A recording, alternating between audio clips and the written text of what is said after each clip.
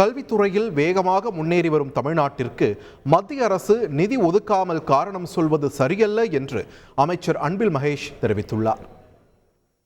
எந்த அளவுக்கு இன்னைக்கு முன்னோக்கி சென்று கொண்டிருக்கிறது என்பது மற்ற எல்லா ஸ்டேட்டுமே ஒன்றிய அரசு கொடுக்குற ரிப்போர்ட்லேயே நம்ம ஹையர் எஜுகேஷன் நம்ம எந்த அளவுக்கு நம்ம பெர்ஃபார்ம் பண்ணியிருக்கோன்னு சொல்லும் பொழுது இப்படி பெர்ஃபார்ம் பண்ணுற ஸ்டேட்டுக்கு அவங்க கேட்குற பணத்தை நாங்கள் கேட்காமலே அவங்க கொடுக்கணுங்கிறது தான் சரியாக இருந்திருக்கும். இருந்தாலும் முறையாக வழங்கி கொண்டிருந்தது இந்த ஆண்டு கல்வியாண்டில் அவர் நிறுத்தி இருக்கிறார்கள். காரணம் எண்ணிக்கையில் சேர வேண்டும் என்று சொல்லியிருக்கிறார்கள்.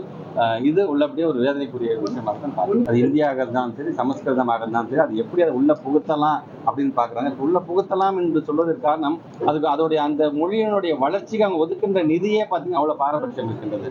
அதாவது சமஸ்கிருதத்துக்கும் இந்திக்கும் பார்த்தீங்கன்னா அதிகப்படியான நிதி ஒதுக்கீடு செய்வதும் மற்ற மொழிகளுக்கெல்லாம் கம்மியான நிதி ஒதுக்கீடு செய்வதிலிருந்து அவங்களுடைய பாகுபாடை நம்மளால் உணர முடிகின்றது.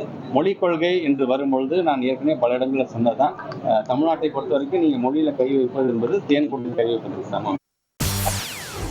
செய்திகளை உடனுக்குடன் தெரிந்து கொள்ள உடனே சப்ஸ்கிரைப் பண்ணுங்க.